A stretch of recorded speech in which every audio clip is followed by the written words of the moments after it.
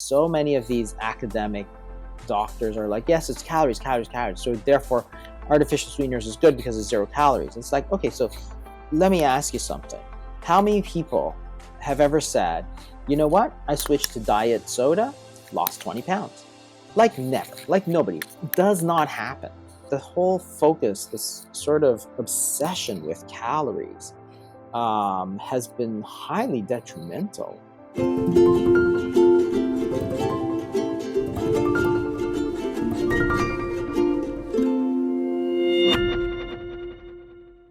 Well, hello everyone. I'm Dr. David Perlmutter. Welcome back to the Empowering Neurologist.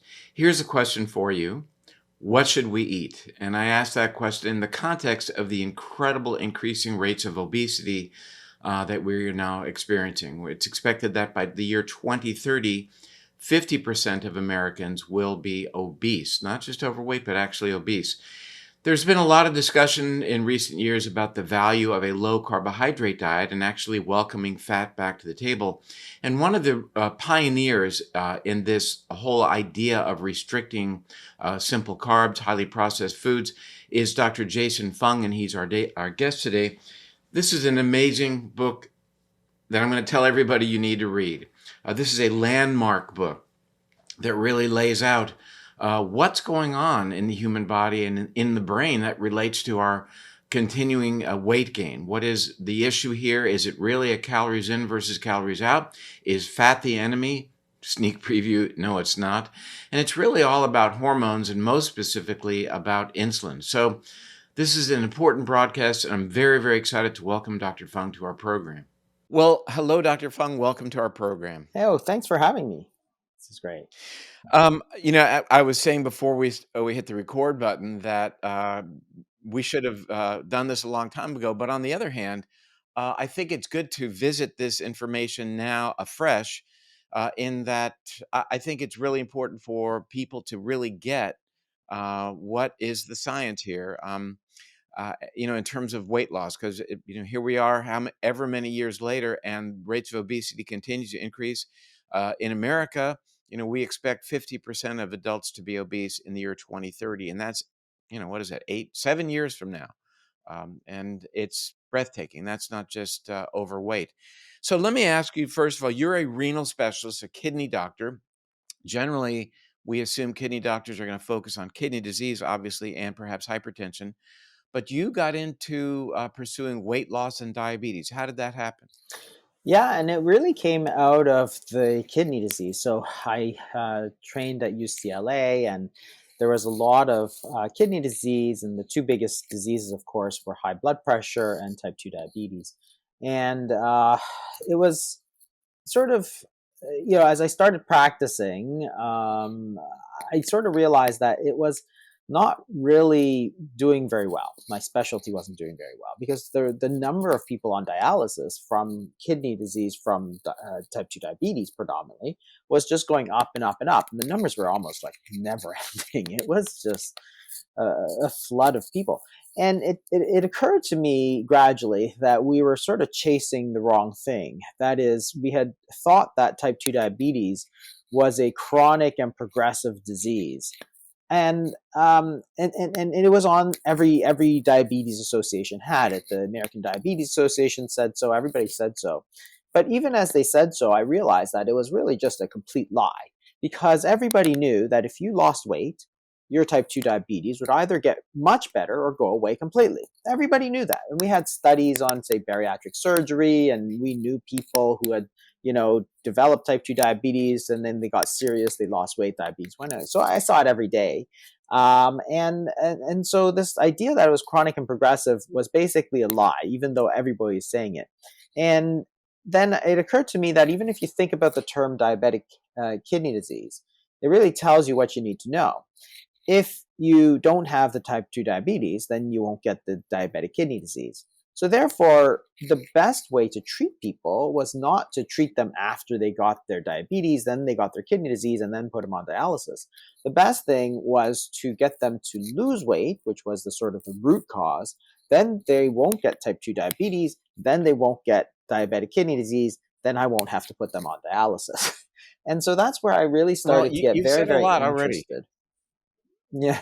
Yeah, you've said a lot already. I really want to drive home a point here, and that is that you, as a kidney doctor, began seeing more and more patients having to go on possibly lifelong dialysis because their kidneys had basically shut down as a consequence of this ever so common type 2 diabetes, for which people are being told on television ads that take this pill and you'll get your A1C below 7 and everything's going to be great. And you can continue to eat whatever you want and maintain a lifestyle that you choose as long as you're taking whatever that magic pill seems to be.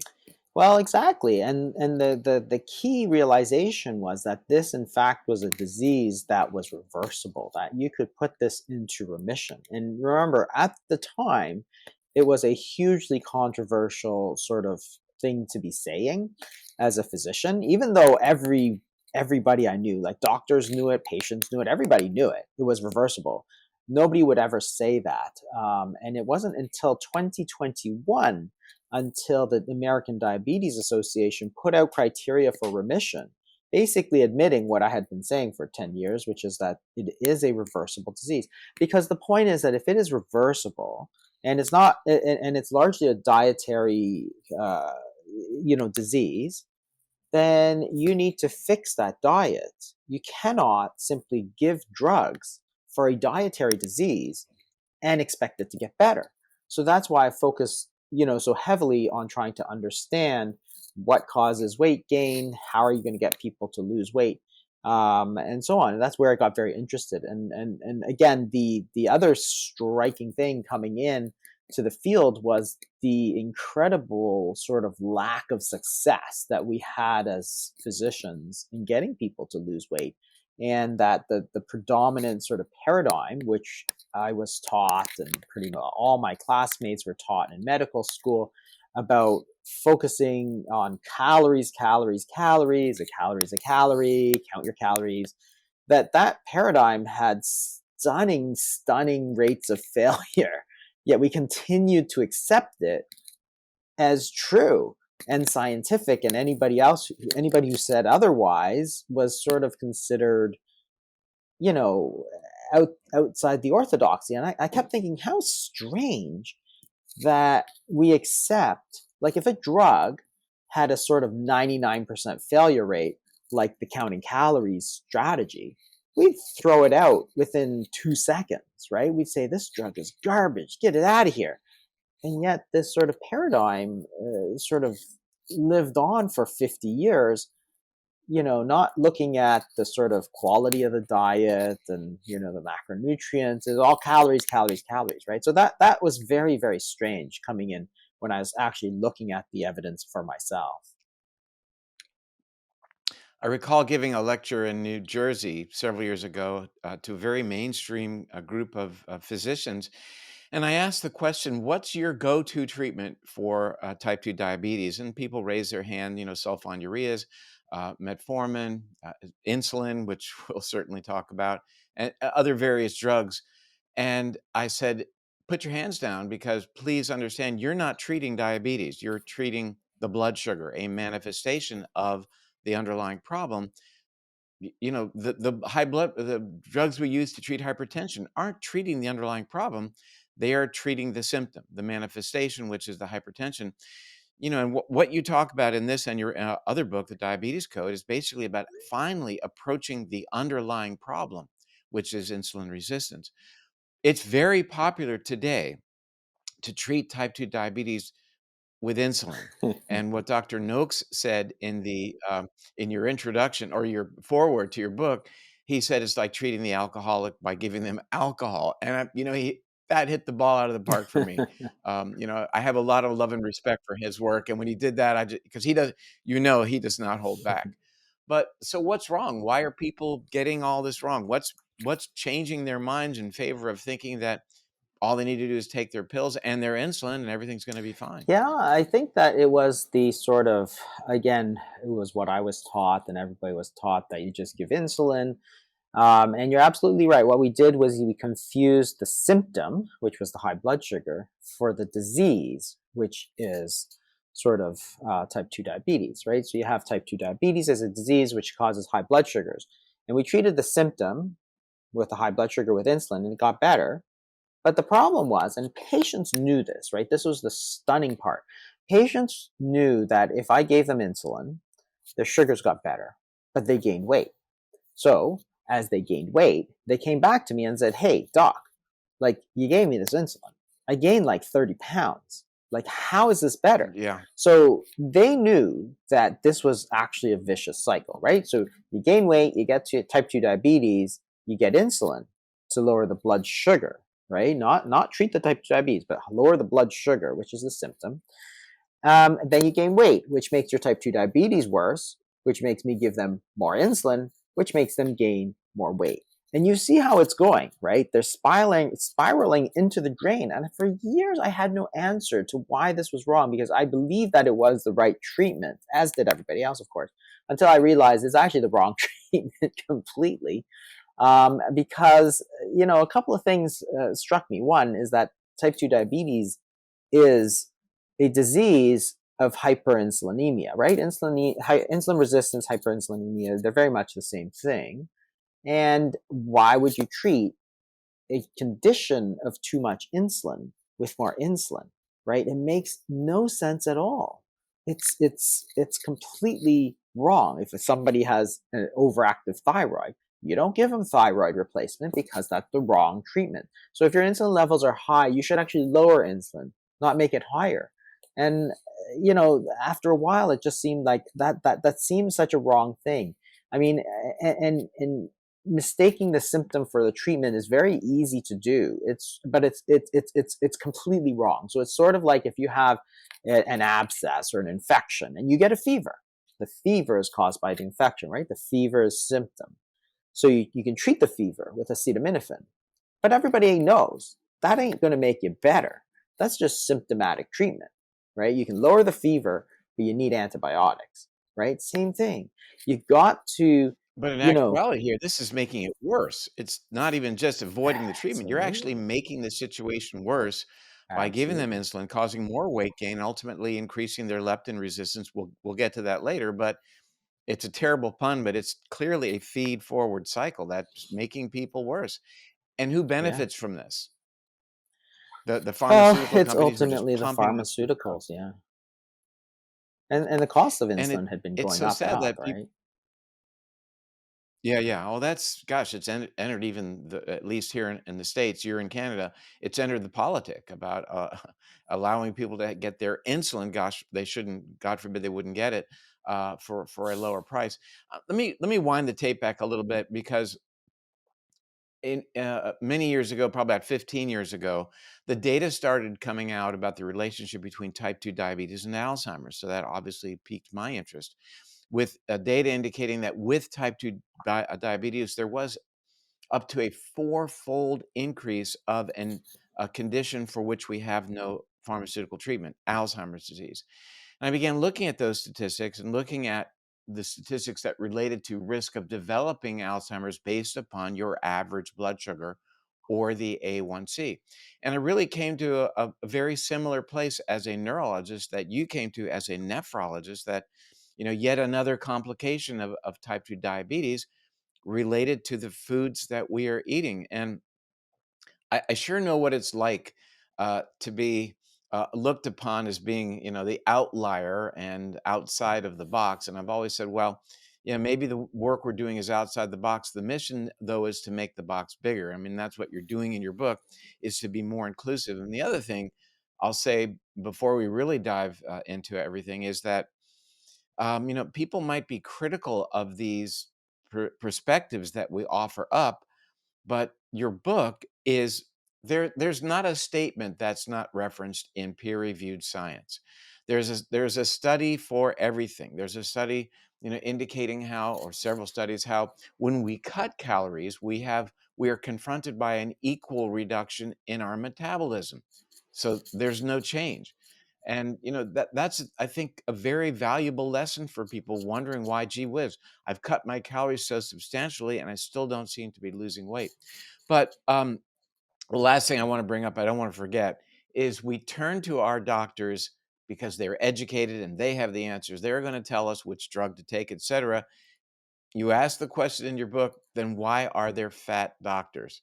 I, you know, you asked it. I'm going to put it out here on the podcast. I thought it was great because it's not a question of do as I say, not as I do. I mean, if you want to teach and lead by example, then this is what you've got to present to people. Look, it works. I'm doing it for myself. So let's now look at some of the dynamics, the mechanisms of insulin. We've described now how type 2 diabetes is a situation in which there's excess insulin because the cells are less receptive. We've become resistant to what insulin is trying to do. Let's go a little bit deeper into that mechanism and how that ultimately translates into weight gain. Yeah, so insulin resistance is a very interesting thing because this is basically the sort of like that's the underlying problem in type 2 diabetes, insulin resistance. But I think it's actually sort of a not a great name, because I think a better name is hyperinsulinemia, because there's two ways of looking at it. And so what we know is that if you have type 1 diabetes, for example, you have insulin, and its job, one of its jobs, is to move glucose from the blood into the cell, and the cell can therefore use the glucose for energy. If you don't have any, and people talk about it like a lock and a key, right? So insulin is a hormone, it's like a key, it goes to the cell surface, like the liver cell, for example, interacts with the cell surface receptor, sort of, which is like a lock. It opens the lock, the gate opens. Now glucose can go into the liver cell, and the liver can use that for energy. So that's great. So in type 1 diabetes, of course, there's no insulin because the pancreas has been destroyed. So therefore, the gate is closed, the glucose in the blood stays high, but inside the cell, there's nothing. There's no energy. So kids, right, untreated, would just keep losing weight until they died. And it didn't matter how much they ate, because that glucose, that energy, those calories couldn't get into where it needed to go, which is the cell. So that's fine. And type 2 diabetes, of course, is a completely different situation. What you have is plenty of insulin, and the insulin that's circulating is normal insulin. It's not defective in any way. So the key is sort of normal. Then you can look at the cell surface receptor, and you can look at the lock, and you can look at it and say it's completely normal as well. So then why is this gate, not allowing this glucose to go in? And the idea was that, hey, maybe there's like a piece of gum in the lock, right? There's something that's gumming up the lock. So even though the key and the lock are there, you can't open it up, and so on. But there's a problem, that was the sort of predominant paradigm, this sort of underfill. So there's a piece of gum, the lock is therefore still closed, the gate is closed, the blood glucose is high, but inside the cell there's no energy. This is an underfill, or a sort of situation of internal starvation.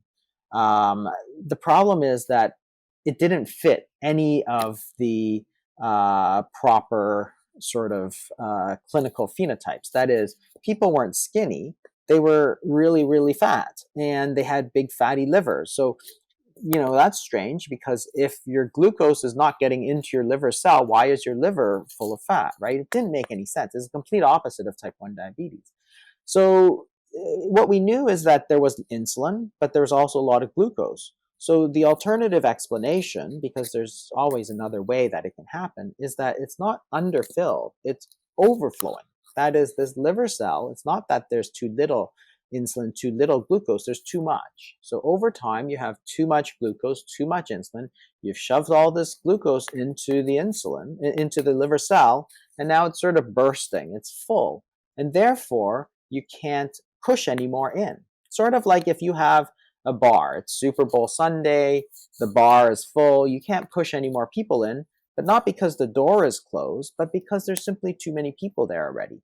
So the problem is that you've already put too much glucose into that cell, and therefore you can't push any more in. And therefore, the body produces more insulin to try and shove more in, which works temporarily, but then it can't do that. And you have to produce more and more insulin to keep shoving more in. So that's the sort of overflow hypothesis of insulin resistance, which is really looking at it as a disease of too much glucose, too much insulin, or the disease is hyperinsulinemia. which makes a lot more sense. It in fact explains everything about type 2 diabetes, because that's why you have obesity associated.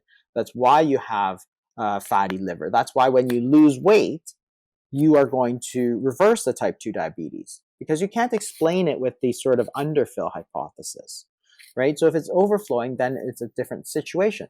Now, if you look at these diseases, obesity, type 2 diabetes, Alzheimer's, as diseases of hyperinsulinemia, that sets you up immediately to ask the right question. If my insulin is too high, how am I going to lower insulin? Because that is the root cause, and that is how I am going to be successful.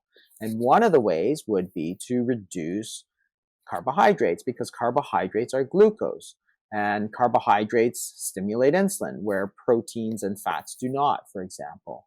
And in fact, now you have the studies these days looking at low carbohydrate diets. There's more and more studies in the treatment of type 2 diabetes. Some have been extremely successful. I mean, even the American Diabetes Association says low carbohydrate diets have the most scientific evidence behind them for reversal of type 2 diabetes. And then the other way to lower insulin, if the disease is too much insulin, how do you lower insulin? So one is to change the foods that you eat, to eat lower carbohydrate containing foods. And the other is intermittent fasting, which is sort of a natural solution. If you don't eat, your body will simply burn off the excess glucose, and therefore you're going to be able to reverse your type 2 diabetes. So in fact, again, just this month, actually, 2 randomized control trials looking at intermittent fasting and type 2 diabetes were both extremely positive, almost 50% remission rate of type 2 diabetes. If you think about the millions of Americans who have type 2 diabetes, a 50% remission rate is absolutely stunning. Like, this is a treatment which is free, which is available to anybody, which has been used for thousands and thousands of years. There's nothing to stop them, 50% of them, from actually reversing the disease completely. And that's stunning. Well, it's not like we haven't heard parts of this story for many, many years. I mean, we can all think back of Dr. Atkins' books, of Pure, White, and Deadly by Dr. Yudkin in 1975, for example. Our grandparents told us that, sugar and starch is what's making you fat. Humans have always eaten fat for an awful long time. And by our nature as hunter-gatherers in Paleolithic times, we underwent, it's not like we tried to fast intermittently, but that was just part of part of our lifestyle. It certainly has taken off as of late, though, the notion of intermittent fasting, and certainly ketogenic diet as well. We've had on the program Dr. Sarah Hallberg, who reported just remarkable success in terms of getting people off of their insulin and their sulfonylureas, drugs used to treat diabetes, by putting them on a very strict ketogenic diet. So what is it about? First, why was fat so demonized, and why were we told that fat was the enemy? And then we'll get in a moment to why we should reconsider. Yeah, I think it's an interesting story, I think. And I think that it's sort of this. It started with the dietary guidelines for Americans in 1977, I think, where Yudkin and others were sort of like, hey, it's the sugar, whereas Ansel Keys and so on were, hey, it's the fat. Um, and the whole story of the fat was simply that Americans in the 40s and 50s were getting a lot of heart attacks for no specific reasons. Like, the rate of heart attacks was going up, and nobody knew why. When they look back, it became sort of obvious. They were smoking a lot more, right? And smoking caused a lot of heart attacks. So they were getting heart attacks. So no big mystery, right? Through the world wars and everything. So the problem was that at the time, of course, the tobacco companies strenuously denied that it caused any kind of heart disease. So they needed something to blame it on. And I think Ansel Keys believed very strongly, and he was very influential, that it was dietary fat. Although the amount of dietary fat in the American diet didn't change from 1900 to 1950. So it's hard to imagine why eating the same amount of dietary fat all of a sudden spiked your heart attack rates if it was causative, right? But nevertheless, he is very persuasive and his view sort of held out. And then, in science, there's always a back and forth, but when you have official pronouncements like the dietary guidelines in 1977, they basically just said, nope, fat is the enemy, and everything had to change to conform to that view, right? And everything else, if you're sort of like Atkins and saying, oh, it's probably the starches and the sugars, that didn't fit the narrative, so you got sort of marginalized, which is unfortunate because that really stifles scientific debate where legitimate points of view could be brought to mind. So that's the idea that, hey, dietary fat can cause heart disease, which prevailed through the 80s and 90s. So as I did my medical training in the 90s, we used these American Heart Association, you may remember this, the step 1 and the step 2 diets, right?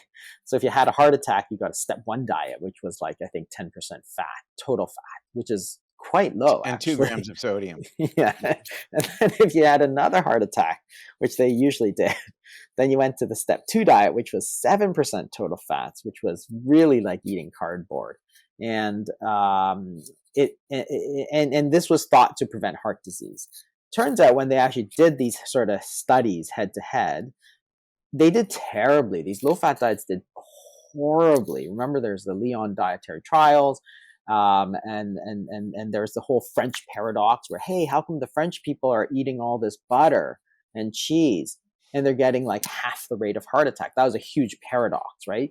It turns out dietary fat wasn't really the culprit. And then through the 2000s, we started to discover, hey, Mediterranean diet's pretty good, and nuts are very good, and olive oil is very good, all these fats, right?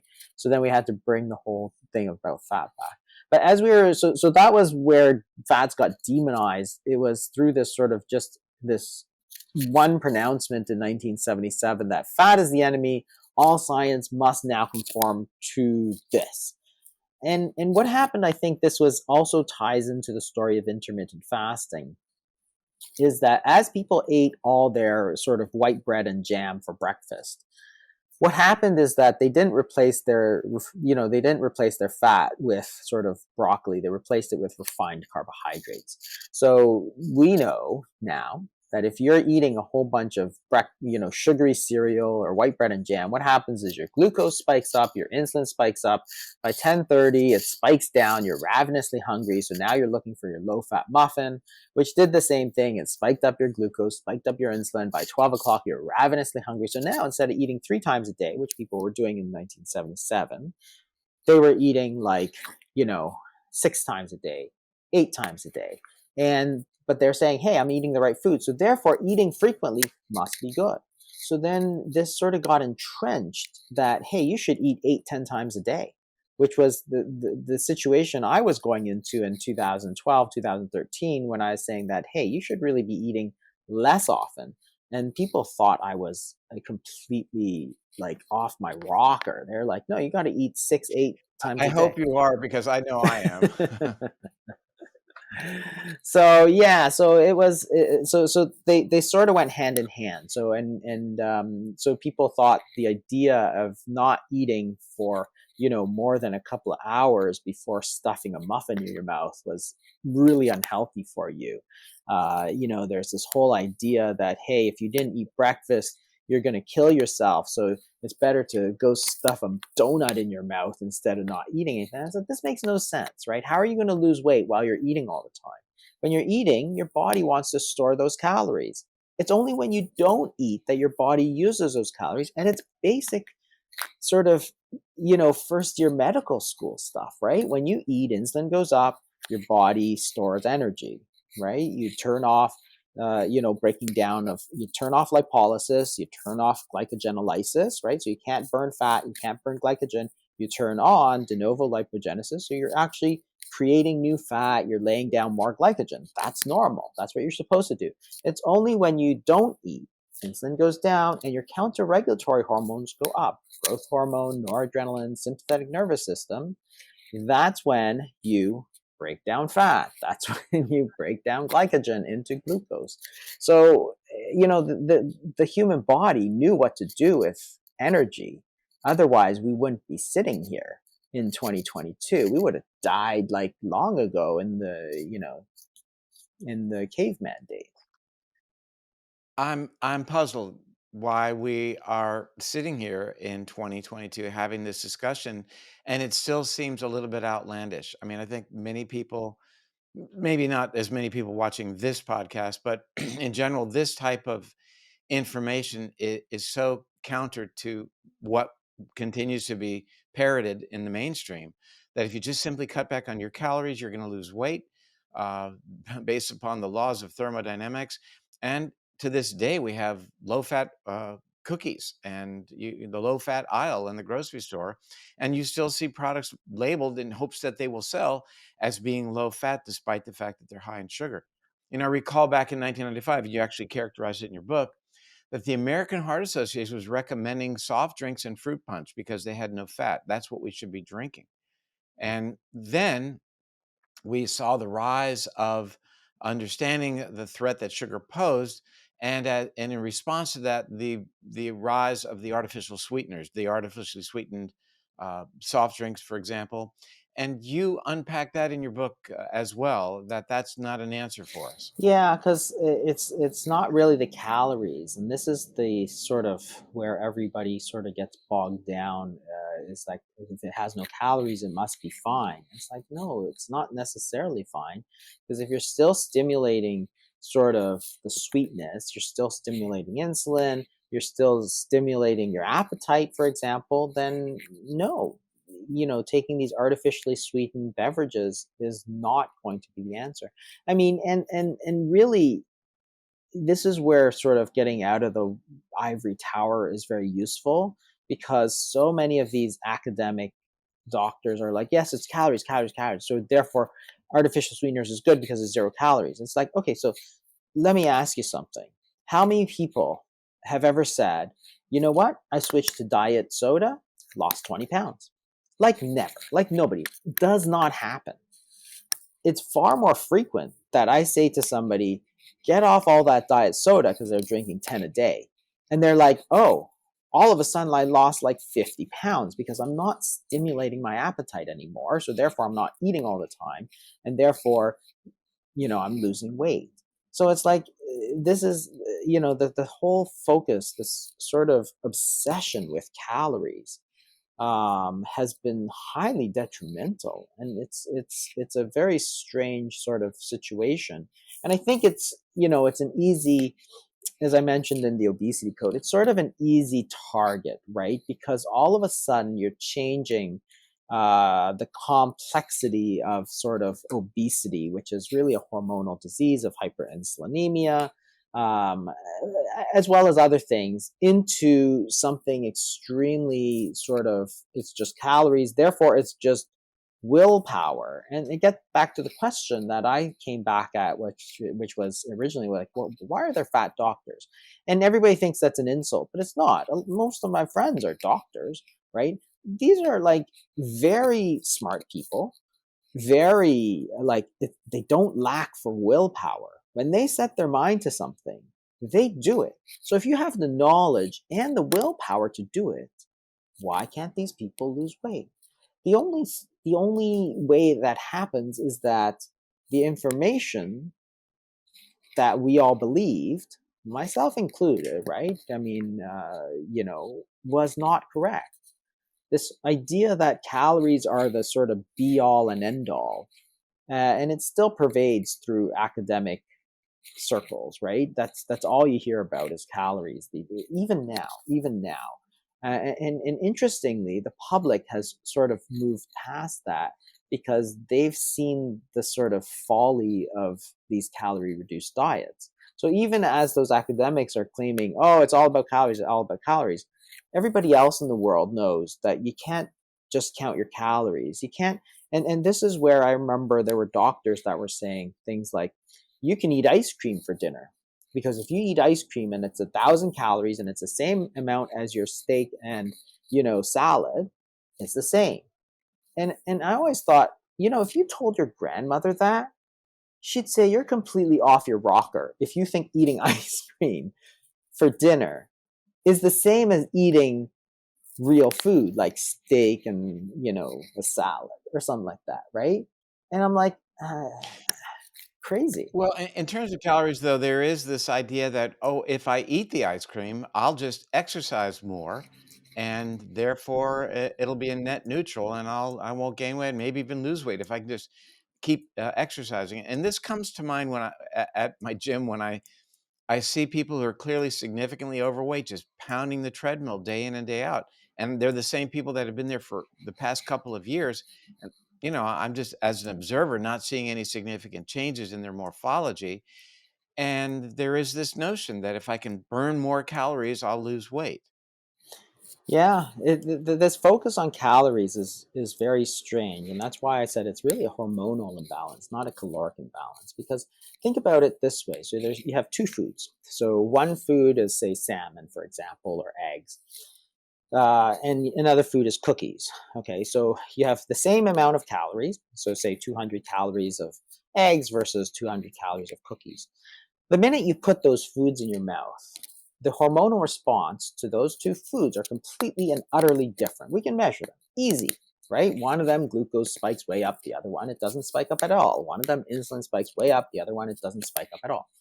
So we know that insulin is going to spike with the cookies.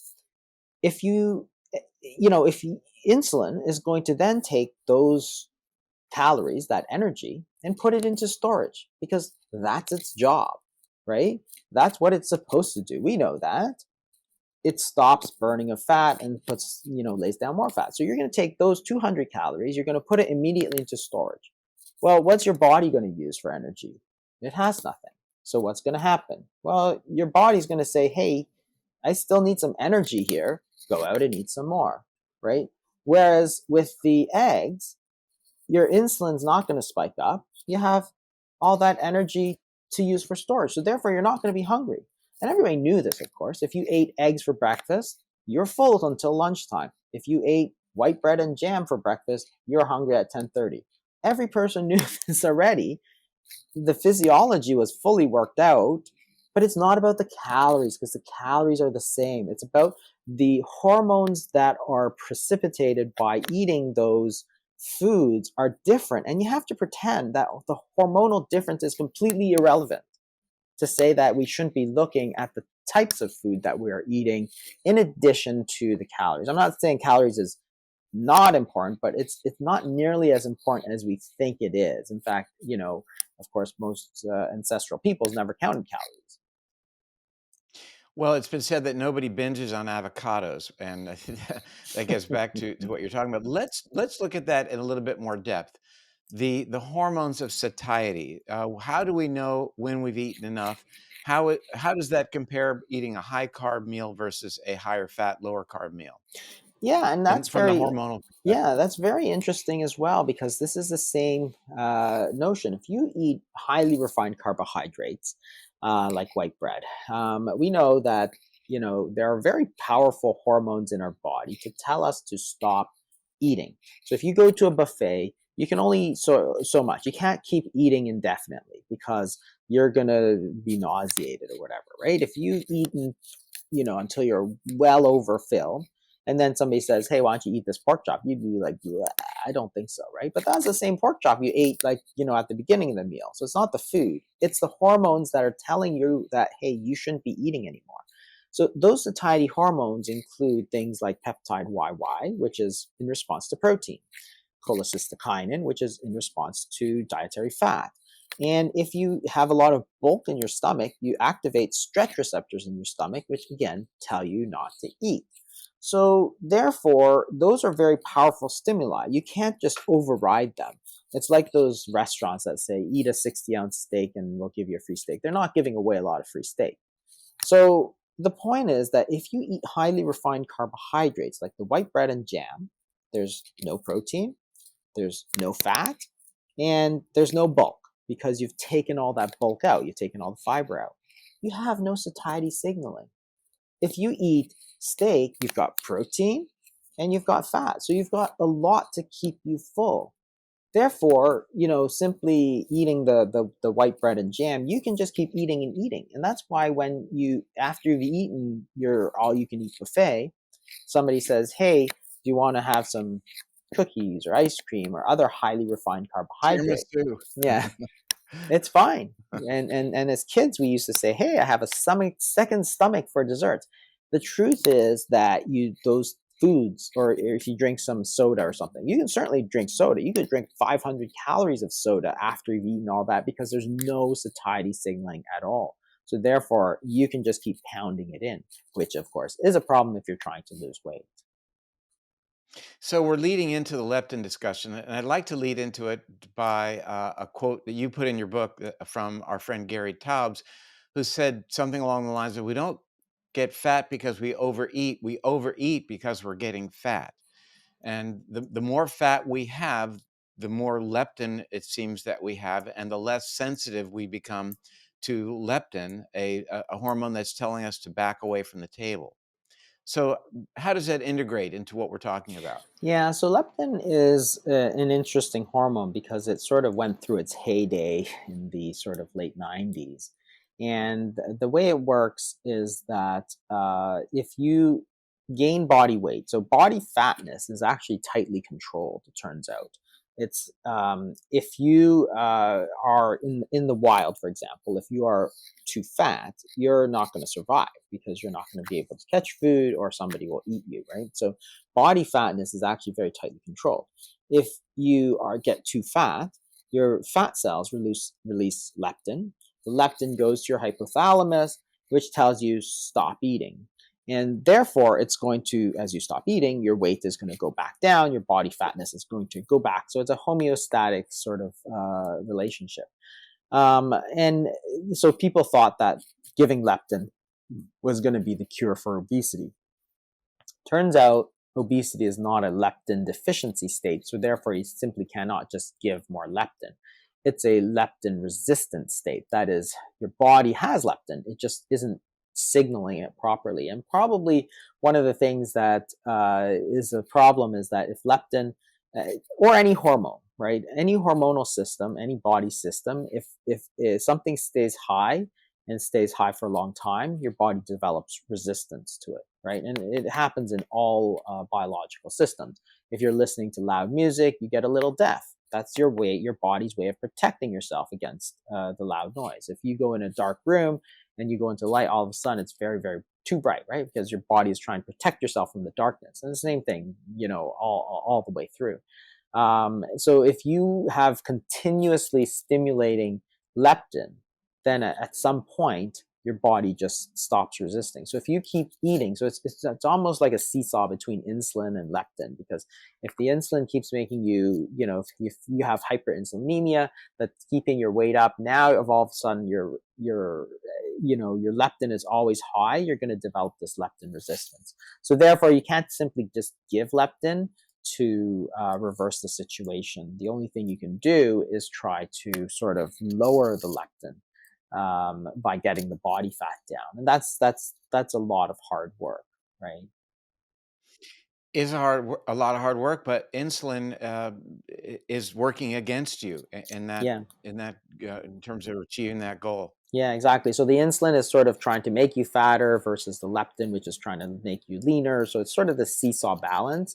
So it's very hard to affect it on the leptin side of the seesaw, whereas it's a lot easier to affect it on the insulin side of the seesaw because the foods you eat and how often you eat are going to play a large role in how much insulin you secrete. Whereas you can't do the same thing and say, well, I'm going to eat this and leptin is going to go up or down or whatever, right? So in that seesaw between insulin and leptin, you almost have to go on the side of you have to change it based on your side, which is the insulin side. You can't change the sort of leptin side because that's sort of automatic.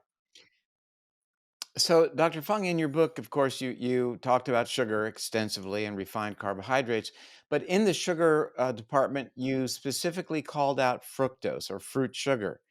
And why don't we explore that a little bit? What is so threatening about fructose as a sugar? Yeah, fructose is really an interesting molecule because for years people thought fructose was actually good for you. So um, the thing is that there's two types of sugar. So there's more than that, but there's two main ones: glucose, which is what you find in most carbohydrates. So if you have bread or rice, they're chains of glucose, and they're in chains called amylose or amylopectin, and they get broken down into glucose. And that's why if you eat bread, your blood glucose or blood sugar goes up because it's glucose.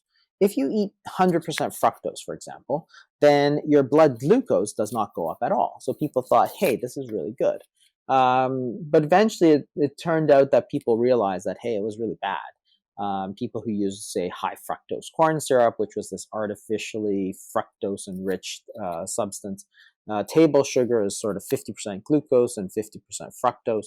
It turns out that it's in the way that the fructose is metabolized that it's so bad for you. So even you can't see it in the blood glucose, but the fructose cannot be metabolized by any cell in the body other than the liver. So when you eat bread, you get glucose. Every cell in your body can use that glucose. So if you take too much glucose, your brain is going to burn it, your heart is going to burn it, your kidneys are going to burn glucose. If you get a fructose load, none of the other organs can actually burn that fructose. So instead of having like 150, 180 pounds of body burning glucose, all of that fructose goes purely straight into the liver, right? Which is like a 10-pound organ or less. So therefore, the liver then has to decide what to do with it, and it gets metabolized either into glucose, but then your body has glucose, so it doesn't turn it into glucose; it turns it into fat. It stimulates de novo lipogenesis, which gives you fatty liver, which then worsens this whole cycle of insulin resistance. So the key organ in metabolism and a lot of metabolism is the liver, and it's going sort of straight to the liver. It's like a guided missile that goes straight to the liver and causes a lot of havoc right at the liver. And that's why it's so bad for you. And I don't think any nutritionist these days much disagrees that sugar is actually one of the things that we should be cutting out. There's other problems too with it. The like added sugars, for example, we know that when you eat them, it lights up a lot of the dopamine reward systems in the brain, for example. So you get rewarded. Of course, that's why people eat sweets. But then it can set up things like food addictions and that kind of thing. But yeah, fructose. So instead, because it goes straight to the liver and sort of wreaks havoc on the liver specifically, it's just much more likely to give you problems with type 2 diabetes than just glucose. Well, fructose doesn't stimulate insulin production and does not require insulin for its metabolism. I think that's why early on that was the sugar of choice as it related to diabetes because it didn't interfere with this whole insulin cascade that you're talking about. So, should we not be eating fruit? I think that fruit is like, it's sort of one of these things that is here and there. Like, fruit has fructose, which is chemically no different than the high fructose corn syrup or table sugar that you get. It really comes down to sort of how much fruit it is, how much fructose it is. So a lot of the fruits these days are sort of engineered to be much sweeter than they used to be. So then therefore we're getting a higher load of fructose than before. If you're also taking a lot of glucose with it, for example, then there's not that runoff pathway where you can turn the fructose into glucose. So fruit is probably not the best thing to be eating if you're trying to lose weight or reverse your type 2 diabetes. For other people, there are fruits that are probably lower in fructose, which may not be as bad for you. A lot of the berries and stuff, for example, may not be bad.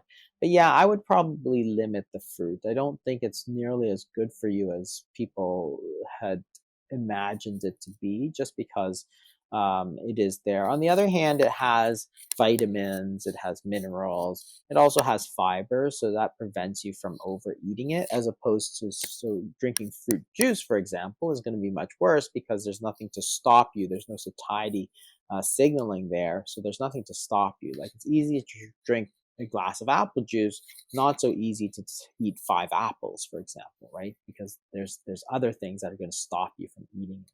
So fruit is sort of a mixed bag. I would be careful on fruit for sure. I was at breakfast the other day at a restaurant in New York, and you can't help but look at what's going on around you. And a man and his wife were at the table next to us, and he got a cup of coffee and asked for artificial sweetener. I don't know whether it was pink or blue, but he put it in his coffee and then had several glasses of orange juice. I mean, orange juice, fruit juice in general, has about 36 grams of sugar in a 12-ounce glass. And he went through a couple of those. So that's about 14 teaspoons of sugar. And yet he didn't put a teaspoon of sugar in his coffee. So I guess that's a good thing. But it's really, I think, valuable for people to recognize that there's a big difference between drinking a glass of concentrated sugar in the orange juice versus having an orange or an apple. And I think your points are very well taken. Let me say thank you for spending time with us today. Your information is so valuable. And I think the main thing that you've done is validated what's really going on here with an incredible work of science. So I want to say just thank you for being here today. Thank you so much, and thank you to you too for also sort of bringing shedding light on this entire you know debate, because I think the books you've written, the stuff that you've done have really, I think, helped a lot of people sort of understand that, hey, it's a lot more than just the calories here, and that translates into sort of directly actionable advice that people can take to improve their health. So thank you also for all you've done. Great. Well, we'll talk soon. Bye for now. Thanks again. Okay, thank you. Bye. Wow, that really told it like it is, didn't it? We recognize that this whole notion of calories in versus calories out, in other words, if you can burn more calories than you take in, you're going to lose weight, is really interesting, but it's not founded on any science whatsoever. The fat phobia that made its way into our lives over the past 3 decades is based on really no science whatsoever, and that it turns out that insulin signaling is primarily the issue as a life-saving issue in terms of why we gain weight. You're telling your body, make and store fat for the upcoming time of food scarcity that obviously doesn't seem to be coming. It is central to why we are continuing to gain weight and the ever-increasing rates of obesity. So if you want to rein in your weight gain and, in fact, lose weight and regain control over your blood sugar, this is a great book for you. The Obesity Code, as well as the Diabetes Code, also by Dr. Jason Fung. I'm Dr. David Perlmutter, and I thank you for joining us today on The Empowering Neurologist.